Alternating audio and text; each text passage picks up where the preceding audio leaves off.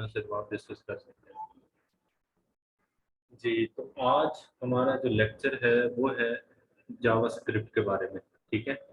मैंने अभी पहले बूटस्ट्रैप को करवा रहा था और बूटस्ट्रैप हमारा, मैंने आपको बताया था कि हम उसके अंदर इंशाल्लाह एक वेबसाइट बनाएंगे। लेकिन वेबसाइट की जो फ्रंट एंड है उसको डिज़ाइन करने से पहले एक चीज़ का आपको आना ज़रूरी है, तब जाकर बूटस्ट्रैप कंप्लीट होती है या फ्रंट एंड आपकी कंप्लीट होती है, वो है जावास्क्रिप्ट। और ये जावास्क्रिप्ट बहुत ज़्यादा इम्पोर्टेंट है, इतनी हाईली इम्पोर्टेंट है कि अगर आप इसको यूज़ करें तो आप इसे एज अ बैकएंड भी यूज़ कर सकते हैं। और इसकी मैं आपको थोड़ी सी अभी इंट्रोडक्शन करवाता हूँ, फिर हम इसके प्रैक्टिकल की तरफ जाते हैं और चीज़ें आपको मज़ीद जो है ना वो क्लियर हो जाएंगी। तो ये हमारा जब जावास्क्रिप्ट का कंप्लीट हो जाएगा, फिर मैं आपको थोड़ा सा जेक्वेरी का कॉन्सेप्ट बताऊंगा। फिर उसके बाद हम एक फ्रंट एंड का प्रोजेक्ट बनाएंगे, कंप्लीट एक वेबसाइट बनाएंगे। सही है। तो ये हमारा तकरीबन पूरा जो वीक है ये जावास्क्रिप्ट के ऊपर चलना है। जावास्क्रिप्ट के ऊपर मैंने थोड़ा सा ज़्यादा टाइम रखा है क्योंकि ये काफ़ी इम्पोर्टेंट है और ये आपकी ऐसे समझे प्रोग्रामिंग लैंग्वेज है पूरी, एज इट प्रोग्रामिंग लैंग्वेज है। तो अगर आपको ये प्रोग्रामिंग लैंग्वेज समझ आ गई तो आगे कोई भी लैंग्वेज समझना इजी हो जाएगा, जैसे पीएचपी हो गई या इस तरह से ना, वो चीज़ें आपको समझना इजी हो जाएंगी। ठीक है। अच्छा, जावास्क्रिप्ट बेसिकली एक प्रोग्रामिंग लैंग्वेज है, ठीक है। और ये एचटीएमएल के साथ यूज़ होती है। और अगर इसे मैं वेबसाइट की टर्म में देखूं तो आपने, शायद आपको याद होगा कि जो हमारे पास प्रीवियस, यानी हमने एचटीएमएल और सीएसएस के जो कोर्सेज किए थे, बूटस्ट्रैप के भी इवन हमने मतलब कि जो उसके कोर्सेज किए यानी क्लास की, तो उसके अंदर आपने देखा होगा जावास्क्रिप्ट यूज हो रहा है। अब जावास्क्रिप्ट बेसिकली वर्डप्रेस की, सॉरी, वेबसाइट की फंक्शनैलिटी को इन्हेंस कर देता है। अब जैसे मैं एक मिसाल देता हूँ कि जैसे पॉपअप हो गया, ठीक है, या इसी तरह से कुछ आपने इमेजेस देखे होंगे घूम कर आते हैं, या जूम इन का ये फंक्शन हो गया। तो ये मोस्टली ये जो चीज़ें हैं ये किसके अंदर होती हैं, जावास्क्रिप्ट के अंदर होती हैं। ठीक है। और ये जावास्क्रिप्ट की मदद से आप जो है ना वेब डेवलपमेंट की डोमेन में काफ़ी ज़्यादा आगे जा सकते हैं। सही है। और ये मैं चेक कर रहा था अभी पिछले दिनों, इसकी तकरीबन third most popular language consider की गई है। और ये सर्वर एप्लीकेशन वगैरह बनाने में भी यूज़ होती है। Server mean backend. अब जैसे कोई भी आप सॉफ्टवेयर बनाते हैं या कोई वेबसाइट बनाते हैं तो उसकी ना दो चीज़ें होती हैं। एक होती है फ्रंट एंड जो सामने आपको नज़र आ रहा है, और एक होता है बैक एंड। अब जैसे मैं मिसाल दे रहा हूँ, आप साइन अप करते हैं, साइन अप करते हुए डाटा आपने सबमिट किया, बैकएंड पे चला गया, हमें नज़र आ रहा है बैकएंड पे कहाँ चल जा रहा है, कौन सा ऐसा जिन बाबा है जो उसे कंट्रोल कर रहा है, मैनेज कर रहा है। कोई ऐसी हमें मतलब एक चीज़ नज़र नहीं आती, वो हमारी बैकएंड पे कंट्रोल हो रही होती है। उसे हम सर्वर भी बोलते हैं, सर्वर साइड। ठीक है। और जो हमें सामने नज़र आ रही होती है उसे हम बोलते हैं क्लाइंट साइड, या फ्रंट एंड साइड भी हम उसे बोलते हैं। अब ये जो HTML है, CSS है, जावास्क्रिप्ट है, ये मोस्टली यूज होती है फ्रंट एंड पे। क्लियर हो गया। लेकिन हम उसे एज अ बैकएंड भी यूज कर सकते हैं, तो इसलिए ये सर्वर एप्लीकेशंस वगैरह को भी बनाने के लिए यूज की जाती है। अब जब हम सर्वर एप्लीकेशन, अब ये जो जावास्क्रिप्ट है, जावास्क्रिप्ट के अंदर आगे डिफरेंट लैंग्वेजेस आती हैं, जैसे नोड जेएस हो गया, रिएक्ट जेएस हो गया। ठीक है। इस तरह से मतलब कि काफ़ी ज़्यादा लैंग्वेजेस आती हैं जो कि जावास्क्रिप्ट के अंदर यूज़ की जाती हैं। तो उसमें से एक है नोड जेएस। ठीक है। नोड जेएस ये बेसिकली जावास्क्रिप्ट की सर्वर एप्लीकेशन वगैरह बनाने के लिए यूज़ की जाती है। अच्छा, अब ये सीख कौन सकता है, जो भी जावास्क्रिप्ट की, मतलब कि अगर आप वेब पेजेस बनाना चाहते हैं या वेब एप्लीकेशंस बनाना चाहते हैं तो उसके लिए ये यूज़फुल है। और इसकी जो प्री रेक्विजिट है, यानी पहले क्या क्या चीज़ें आपको आनी चाहिए, तो सबसे पहले तो आपको आना चाहिए जावास्क्रिप्ट के जो एचटीएमएल का कोडिंग है, ठीक है, और सीएसएस की कोडिंग। ये दो चार चीज़ें अगर आपको आती हैं तो आप एक मिनट के जावा स्क्रिप्ट जो है ना वो सीख सकते हैं। सही है। अच्छा, उसके अलावा ये मैं आपको थोड़ा सा बता देता हूँ। इसकी जो लाइब्रेरीज हैं, जैसे हम बोलते हैं लाइब्रेरीज, अब ये चूँकि ये यूज़ काफ़ी हो रही थी, तो यूज़ होने की वजह से उन्होंने क्या किया, जैसे CSS का आपने देखा था कि CSS का एक फ्रेमवर्क बन गया जिसे बोलते हैं बूटस्ट्रैप। अब बूटस्ट्रैप की मदद से हमें क्या फ़ायदा हुआ कि जो CSS का कोड हम 100 लाइंस का दिख रहे थे, वो हम जस्ट जो है ना वो उसके बूटस्ट्रैप की लिंक को इंक्लूड करवा के उस सारी फंक्शनैलिटी को हम गेन कर रहे थे। क्लियर हुआ ना? तो ये हमारा बूटस्ट्रैप का फ़ायदा था। तो यानी CSS का कोड हमें लिखना नहीं पड़ता था, हम जस्ट उसकी वेबसाइट पे बस जाते थे और वेबसाइट पे जाकर उस कोड को वहाँ से कॉपी किया और वो लगा देते थे। जैसे ये मैं getbootstrap.com ओपन करूँ, तो मैं आपको दिखा देता हूँ कि अब जैसे मुझे कोई टेबल या फॉर्म या कोई भी चीज़ चाहिए, तो मैं क्या करता था, मुझे उस कोड को लिखने की ज़रूरत नहीं है।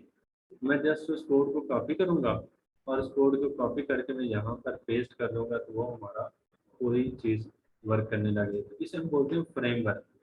ठीक है, फ्रेमवर्क बेसिकली क्या होता है कि यानी जो लैंग्वेज है वो आपको पूरी लिखनी नहीं पड़ती, उसका ईजी वे डिस्क्राइब हो जाता है। तो जैसे हमने बूटस्ट्रैप में पढ़ा कि उसका पूरा कोड कहीं और पड़ा होता है, हम जस्ट उसको कॉपी करते हैं और यूज़ करते हैं।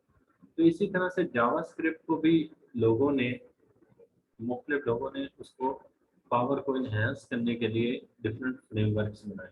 ठीक है, यानी उसके अंदर हमें पूरे का पूरा कोड लिखना नहीं पड़ता, हम जस्ट उसका लिंक यूज़ करते हैं और वो सारे की सारी functionality same as it work करने लग जाती है। क्लियर हुआ? जैसे ये बूटस्ट्रैप का है, ये देखिए, मैंने आपको काफ़ी डिटेल में बताया था। अभी दोबारा मैं आपको जैसे मैं छोटे से एग्जांपल देता हूँ कि जैसे ये मुझे फॉर्म चाहिए, ठीक है, तो फॉर्म कंट्रोल या फॉर्म चाहिए, तो अब ये देखें जैसे ये फॉर्म दिया होगा, अब ये मुझे अगर इम्प्लीमेंट करना है तो मुझे क्या करना पड़ेगा, कोड दिया हुआ है ये नीचे, मैंने इसको जस्ट पेस्ट करके जहाँ मुझे ज़रूरत है वहाँ पर इसे पोस्ट कर दूँ। तो ये हमारा बेसिकली कॉन्सेप्ट था बूटस्ट्रैप का। तो इसी तरह से जावास्क्रिप्ट के भी फ्रेमवर्क बने हुए हैं जिसमें कोड लिखने की ज़रूरत नहीं होती, जस्ट हम उनके कोड को यानी उसकी जो जो बना बनाया कोड है, लाइब्रेरी है, उसको यूज़ करते हैं और हम आगे मूव कर जाते हैं। तो उसमें कौन से हैं, एंगुलर एक है, इसी तरह से रिएक्ट है, ठीक है, फिर एक्स जे क्यूरी है, फिर व्यू डॉट जे एस है, फिर एक्सटेंशन डॉट जे एस है, एम्बल डॉट जे एस है, ठीक है, और फिर मिट्योर है, ये मिथ्रिल है, नोड डॉट जेएस है, पॉलीमर है, ठीक है, ऑरिलिया है और बैकबोन डॉट जेएस है। लेकिन इसमें जो मोस्टली यूज होते हैं, एक तो नोड डॉट जेएस यूज होता है और फिर इसी तरह से आपको व्यू डॉट जेएस यूज होता है, जेक्वेरी यूज होती है और एंगुलर यूज होता है और रिएक्ट यूज होता है। ठीक है, अब ये 4-5 आपको यूज होता है, लेकिन सारी 4-5 की जो बुनियादी जड़ है, जो मेन चीज़ है, वो है जावास्क्रिप्ट। अगर आपको जावास्क्रिप्ट आती है तो आप क्या करोगे, इधर जो है ना वो खुद ब खुद चीज़ें मतलब कि वो मेंटेन कर सकते हो सेम एज इट। जैसे मैंने मतलब कि जावास्क्रिप्ट बूटस्ट्रैप का आपको बताया, अगर आपको CSS आती है तो आप बूटस्ट्रैप के जन कोड को इजीली समझ सकते हैं और उसको यूज़ कर सकते हैं। अच्छा, अब इसका फ़ायदा क्या होता है? अब ये देखिए जैसे रिएक्ट है, अब ये रिएक्ट के अंदर अगर हम कोई हम एक वेबसाइट बनाते हैं, वो भी एक वेबसाइट एज अ ये iOS ऐप भी यूज़ हो जाती है, एंड्रॉयड ऐप भी यूज़ हो जाती है। यानी मीट के हम एक ही वेबसाइट को डिफरेंट फ्रेमवर्क के ऊपर यूज़ कर सकते हैं। अब उसका फ़ायदा क्या होता है? अब उसका फ़ायदा ये होता है कि जैसे अब इसी वजह से जैसे ये मीन स्टैक या वन स्टैक अभी मतलब नई टेक्नोलॉजीज आई हैं, तो अब उसका काफ़ी ज़्यादा मतलब डिमांड है। उसकी रीज़न क्या है कि अब जैसे एक कंपनी को एक बंदा हायर करना पड़ता था पहले वेबसाइट डेवलपमेंट के लिए, फिर iOS के लिए, फिर एंड्रॉयड के लिए। अब क्या होता है, बैकएंड सेम होता है, कोड एक ही होता है और वो तीनों प्लेटफॉर्म के ऊपर चल जाता है। तो इसलिए मतलब कि वो फिर एक ही डेवलपर को हायर कर लेते हैं कि हम उसको 2 लाख या 3 लाख दे देंगे, तो आप जो है ना वो मतलब कि वो हमारी एक ही कोड को उसको यूज़ कर लें। तो ये रिएक्ट नेटिव हो गया, इसके ऊपर जो ऐप्स बनती हैं वो, या फ्लटर के ऊपर इसके ऊपर जो ऐप्स बनती हैं वो क्या होती हैं कि एक ही ऐप होती है, iOS पे भी चल जाती है, एंड्रॉयड पे भी चल जाती है, सही है। तो इसी तरह से ये जो मीन स्टैक के अंदर बनती है प्रोग्रेस वेब एप्स, उसे हम बोलते हैं कि वो एक ऐप होती है जो वेबसाइट भी होती है, और सेम कोड आपका एज अ ऐप भी यूज़ हो रहा होता है, या मोबाइल एंड्रॉयड ऐप। तो यानी ये आप देख लें कि ये बेसिक उनका मतलब कि जो mother of all of these languages या फ्रेमवर्क्स वो क्या है, जावास्क्रिप्ट है। चलिए हो गया, यानी अगर आपको जावास्क्रिप्ट आती है तो आप इसमें से किसी फील्ड के अंदर भी किसी में भी जा सकते हैं और इसको यूज़ कर सकते हैं। क्लियर हो गया। तो ये क्लाइंट साइड वैलिडेशन के लिए, फिर यूजर नोटिफिकेशन के लिए, ये सारी जगहों के ऊपर इसे यूज़ करते हैं, क्रॉस प्लेटफॉर्म के लिए हम इसे यूज़ करते हैं। अच्छा, अब जैसे कि मैंने आपको बताया कि ये बेसिकली एक क्या है, एक आपका प्रोग्रामिंग लैंग्वेज है। तो अब प्रोग्रामिंग लैंग्वेज के अंदर कुछ थोड़ी सी बेसिक चीज़ें हैं जो मैं आपको बताना चाहता हूँ। उसमें सबसे पहले कॉन्सेप्ट आता है वेरिएबल का। ठीक है, वेरिएबल क्या होता है? वेरिएबल होता है, जैसे आपने मैथमेटिक्स के अंदर, अलजेब्रा के अंदर चीज़ें पढ़ी होंगी कि आप कोई चीज़ अगर वैल्यू उसके अंदर स्टोर करवाना चाहते हैं तो आप उसको एक्स एक्स वाई इस तरह से सपोज कर देते हैं। जैसे मैं कहता हूँ कि ये 20, अब मैं 20 को अगर मैं ऐसे लिखूंगा तो मुझे कोई पता नहीं ये किसकी वैल्यू है, तो मैं इसको ज्यूम कर देता हूँ कि ये एक्स की वैल्यू है, सही है। अब मैं जब इसका आगे मतलब कि इसको यूज़ करना चाहता हूँ, जैसे मैंने लिखा जी वैल्यू, मैंने जैसे मिसाल बता दो वैल्यू क्लॉथ, ठीक है, क्लॉथ की कीमत कितनी है, वो मैंने कह दिया जी एक्स। अब मुझे पता है एक्स के अंदर क्या पड़ी हुई है 20, तो इट मीन के मतलब मैंने उसे कोई ना कोई वैल्यू दी। अब ये जो एक्स वाई जी, इसे हम बोलते हैं वेरिएबल। क्या बोलते हैं इसे? वेरिएबल्स बोलते हैं, ठीक है। तो हम कंप्यूटर के अंदर कोई भी चीज़ डायरेक्टली इस्तेमाल नहीं कर सकते, यानी जैसे मैंने लिखा ना 20, अब 20 में लिखूंगा, कंप्यूटर को नहीं पता कि 20 क्या चीज़ है जब तक मैं उसे कोई नेम असाइन नहीं कर देता। तो उस नेम को हम क्या बोलते हैं? एक वेरिएबल बोलते हैं। क्या बोलते हैं? वेरिएबल। क्लियर हो गया। अच्छा, अब इस वेरिएबल को हम चाहे जिस तरह से मर्जी यूज कर सकते हैं। अच्छा, अब ये एक वेरिएबल का कॉन्सेप्ट हो गया। और दूसरी जो चीज़ होती है वो होती है कंडीशंस। ठीक है, ये मैं मेनली छोटी छोटी चीज़ें जो ज़रूरी हैं वो मैं आपको बता रहा हूँ। अब मैं कंडीशंस को यूज़ करना चाहता हूँ। तो कंडीशन क्या होती है? शर्त। कि अगर ये चीज़ सही हो तो ये चीज़ शो कर दो, और अगर ये चीज़ गलत हो तो ये शो कर दो। तो उसके लिए फिर हम यूज़ करते हैं इफ़।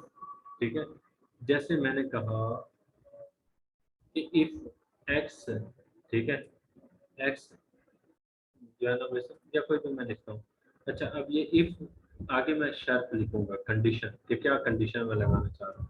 जैसे मैंने कहा जी इफ़ एक्स ये ग्रेटर है 30 से, ठीक है, if x is greater than 30, तो उसके बाद अब इधर दो चीज़ें हैं, या तो कंडीशन क्या हो सकती है? ट्रू हो सकती है, या क्या हो सकती है? फॉल्स हो सकती है।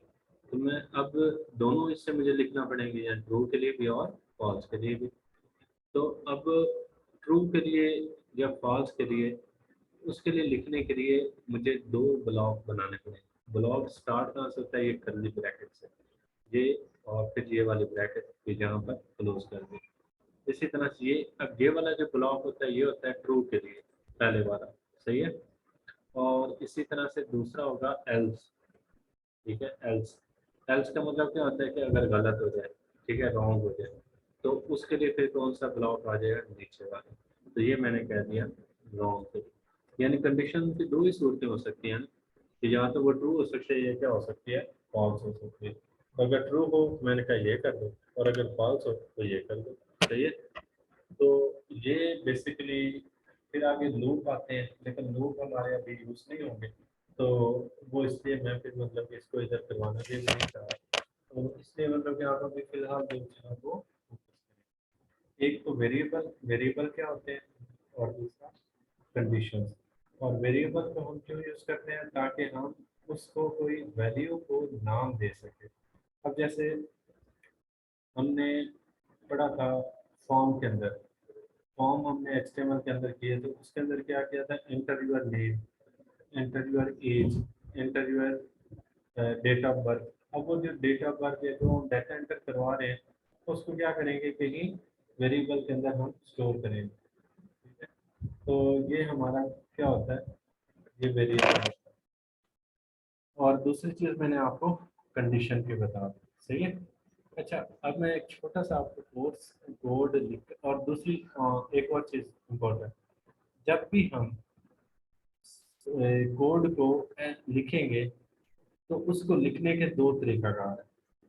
एक तो हम HTML का जो पेज है उसके अंदर लिख सकते हैं, क्लियर हो। और दूसरा जो है वो ये है कि हम एक सेपरेट फाइल बनाकर लिखें।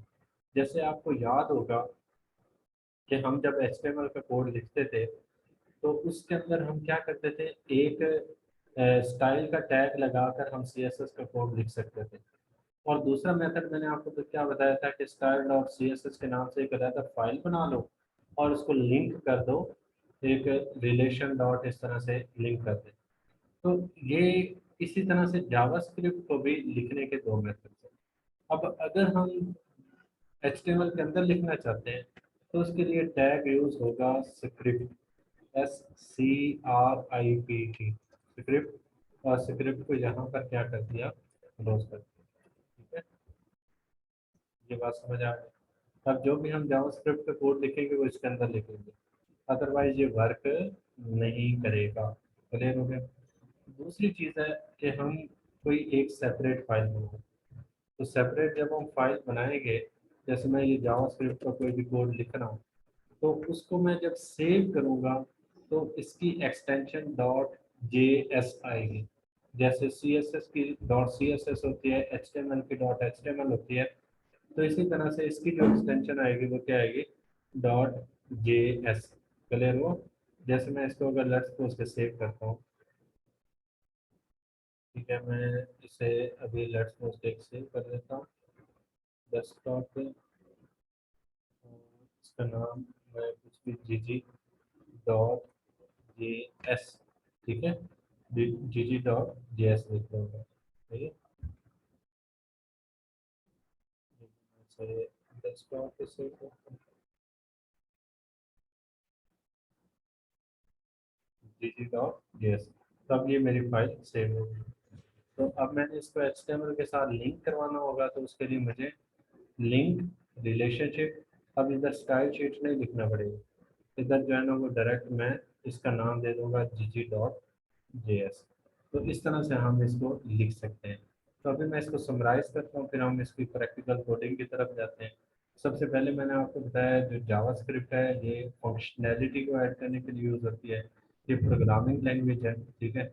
और इसको हम सर्वर साइड पे भी यूज़ कर सकते हैं, यानी एज अ बैकएंड, और फ्रंट एंड भी यूज़ कर सकते हैं।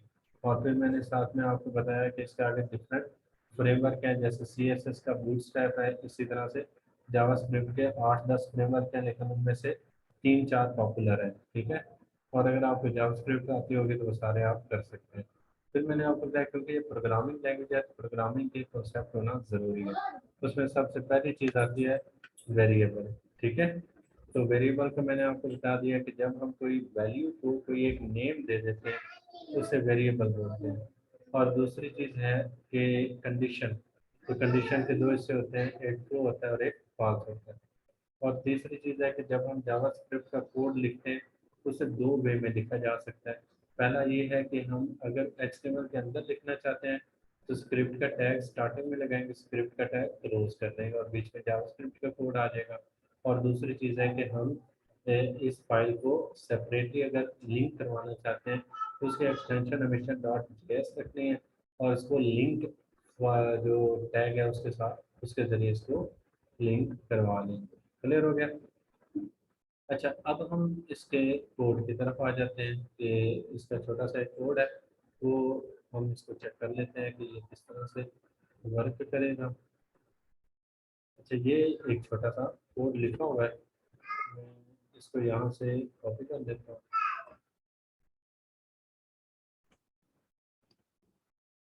और यहाँ पे इसे पेस्ट कर देता हूँ। HTML को यहाँ पे मैंने स्टार्ट कर दिया और HTML को यहाँ पे क्लोज कर दिया, बीच में बॉडी आ गई। ओके, हाँ ठीक है। और उसके बाद फिर आगे मैंने क्या लिखा, टाइटल, टाइटल जावास्क्रिप्ट आ गया, ठीक है। टाइटल को मैंने यहाँ पे क्लोज कर दिया। उसके बाद सॉरी, इससे पहले एक हेडर है, हेड, और हेड को मैंने यहाँ पे क्लोज कर दिया, ठीक है। फिर बॉडी आ गया, बॉडी को यहाँ पर क्लोज कर दिया। अच्छा, अब इसको मैं सेव कर लेता हूँ, डेस्कटॉप में सेव करता हूँ। तो इसको मैं लिखता हूँ JS.html,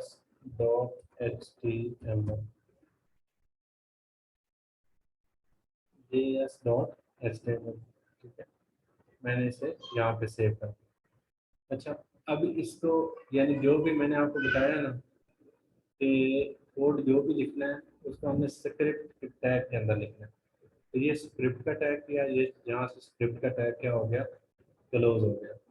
और जो लैंग्वेज है वो हमने लिखी कि लैंग्वेज क्या है, जावास्क्रिप्ट, और टाइप इज इक्वल टू आ जाएगा टेक्स्ट जावास्क्रिप्ट। इसको ना भी लिखें तब भी आपका कोड चलेगा, कोई इशू नहीं है। लेकिन ये है कि अगर आप वो उसको कर देंगे तो मेरी ज़्यादा बेहतर हो जाएगा।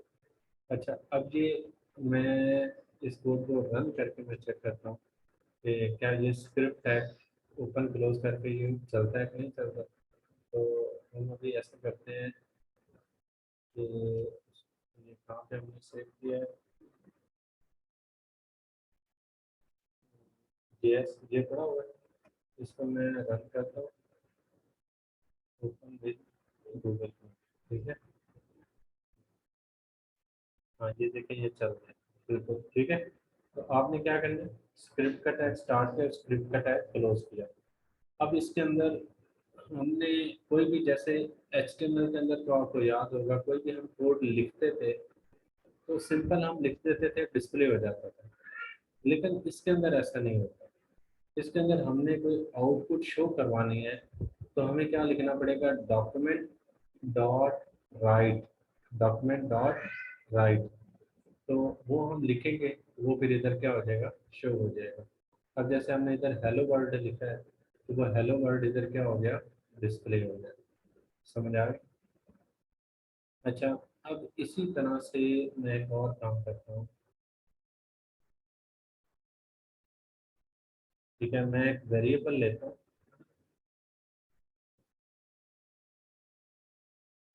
मैं एक वेरिएबल लेता हूँ, और वेरिएबल को लिखने का तरीका क्या होता है, वेर, VAR, ठीक, var X is equal to 20, जैसा मैंने करते हैं। और इसको जब आपने लाइन लिख लेनी है तो एंड पे सेमी कॉलन लगा। अच्छा, अब मैं इधर डॉक्यूमेंट डॉट राइट, और इधर क्या कर देता हूँ, एक्स, ठीक है। मैंने इसे सेव किया, इसे चेक करते हैं। तो ये देखो, ये अब आपकी वैल्यू 20 आ रही है। उसकी रीज़न क्या, मैंने हालांकि, अब अगर मैं इसे डबल कोटेशन में कर दूँ, ये देखिएगा, अगर मैं इसे डबल कोटेशन में कर दूँ, अब क्या शो होगा, अब 20 नहीं शो होगा बल्कि एक्स शो होगा। चलिए, तो ये बात आपको समझ आए कि हम, यानी ये जो वेरिएबल लिखते हैं उसके अंदर जो वैल्यू पास की हुई होती है तो उसको हम यूज़ कर सकते हैं। लेकिन जब हम डबल कोटेशन के अंदर लिखेंगे तो जो वर्ड उसके अंदर लिखा होगा वो एज इट डिस्प्ले हो जाएगा। लेकिन जब हम उसे डबल कोटेशन के बगैर लिखेंगे, जैसे ये देखो, मैं इसे डबल कोटेशन के बगैर लिखता हूँ। और जब मैं डबल कोटेशन के बगैर लिखूंगा तो फिर क्या होगा, तो फिर ये इसे एज ए वेरिएबल लेगा। तो फिर वेरिएबल लेते हुए जो उसके अंदर वैल्यू पहले पड़ी हुई होगी वो डिस्प्ले होगी। क्लियर हुआ। तो इस वजह से ये इधर अभी वैल्यू 20 शो होगी, क्योंकि वेरिएबल एक्स के अंदर 20 वैल्यू पड़ी हुई है। तो इसकी जो आउटपुट है वो फिर 20 आ गई। लेकिन अगर मैं डबल कोटेशन के अंदर लिखता हूँ तो वो फिर उसे एज अ वेरिएबल नहीं ले रहा, बल्कि उसे एज अ वर्ड ले रहा है। तो वर्ड लेने की वजह से फिर इधर जो है ना वो एक्स ही शो करेगा। तो ये जो है ना वो अभी हमारा, अब जैसे मैं एंटर करवाता हूँ कि यूज़र नेम पासवर्ड सही है, तो उसको मैं अगर डिस्प्ले करवाता हूँ तो इसी तरह से एक्स के अंदर मैं उसकी वैल्यू एंटर करवा दूँ, फिर इधर मैं क्या करवा दूँ, आउटपुट उसकी शो करवा दूँ। तो ये एक बेसिकली थोड़ा सा कॉन्सेप्ट का, जावास्क्रिप्ट का थोड़ा सा मुश्किल है, इसलिए मैंने आज बड़ी डिटेल के साथ पहले आपको बेसिक चीज़ बताई है कि जावास्क्रिप्ट है क्या, इसके क्या क्या फ्रेमवर्क्स हैं, क्या क्या फाइल हैं, और फिर इसकी बेसिक जो टर्मिनोलॉजीज है उनको यूज़ करना आपको बताया, और एक छोटा सा हमने आज कोड किया। तो उम्मीद है आप लोगों को काफ़ी हद तक चीज़ें क्लियर हो गई होंगी। तो कल हम इंशाल्लाह इसे आगे फर्दर कंटिन्यू करेंगे। आज मेरे ख्याल में इतना रहने देते हैं। मज़ीद आप लोगों ने सर्च करना थोड़ा सा जावास्क्रिप्ट को, ये लेक्चर को भी गौर से सुनिएगा, अपने तौर पर सर्च कीजिएगा। तो इंशाल्लाह कल आगे मज़ीद कंटिन्यू करेंगे। लेकिन मेरी आपसे बारहा रिक्वेस्ट है कि जो प्रीवियस लेक्चर है ना उनके लिए अभी डेली बेस के ऊपर प्रैक्टिस लाजमी करते जाएं, क्योंकि ये लेक्चर आए थोड़े से डिफ़िकल्ट आ रहे हैं। तो अगर आपको प्रीवियस लेक्चर की अंडरस्टैंडिंग नहीं होगी तो नेक्स्ट आपको समझना मुश्किल हो जाएगा। जैसे ये फ्रेमवर्क, जैसे बूटस्ट्रैप हमने पढ़ा, तो अगर आपको बूटस्ट्रैप का नहीं पता तो ये आपको नेक्स्ट ये वाले फ्रेमवर्क भी समझ नहीं आने जो हमने आज डिस्कस किए थे कि जावा, वो जेक्वेरी, ये सारे फ्रेमवर्क, तो ये भी आपको समझ नहीं आने। तो इसलिए मतलब कि ज़रूरी है कि आप पहले प्रीवियस लेक्चर्स को भी साथ साथ क्या करते जाओ, रिवाइज करते जाओ, ठीक है। तो ये हमारा आज का लेक्चर था, इसकी खूब प्रैक्टिस कीजिएगा। कल फिर इंशाल्लाह अगेन इसको फर्दर आगे कंटिन्यू करेंगे। कोई क्वेश्चन हो, क्वेरी हो, तो कोई प्रॉब्लम हो तो हम इससे डिस्कस कर सकते हैं, ठीक है। Thank you. अल्लाह हाफिज़।